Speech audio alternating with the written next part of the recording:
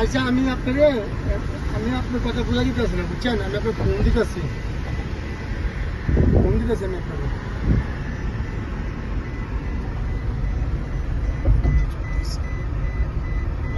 সেলিম ভাই গাড়ি চালাচ্ছে, উনি সাইডের উপরে তুলতে পারতেছে না। কেন? না না না, সাইডের উপরে তোলার দরকার নেই ভাই, গাড়ি বামে যাইতেছে, আমরা জানি না, বামে যাইতেছে গা ভাই। আপনি জানেন।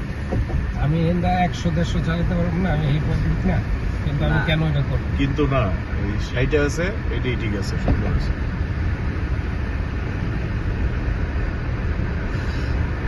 কতদিন ধরে গাড়ি চালান? আমি আমি এইখানে তোমরা যারা আছো, রফিক ভাই ছাড়া সবার জন্মের আগে থেকে গাড়ি চালাই, এবং ওই ছোটবেলা থেকে এক হাতে চালাই, তো ওই অভ্যাসটাই রয়ে গেছে। দেখলাম আজকে হাত দুইটা, এই যে আরেক হাতে যে এমনি থাকে, আগে থাকতে এমনি, কমে পড়া। আচ্ছা আগে থাকে এমনি। হ্যাঁ। আচ্ছা আমি এই যে কথা বললে আমি আপনাকে ফোন দিলে তারপরে কি আছে বুঝলেন?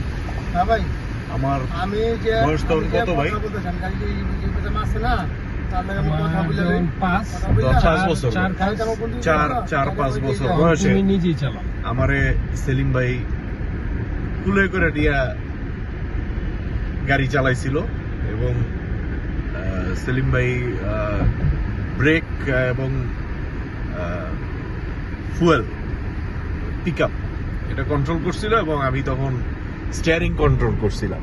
আচ্ছা, ওইটা তুমি লাগুর পাইতে না, দেখা পাইলে ওইটা হ্যাঁ, করতে পারতা। ওইটা তখন বয়স 4-5 সময়।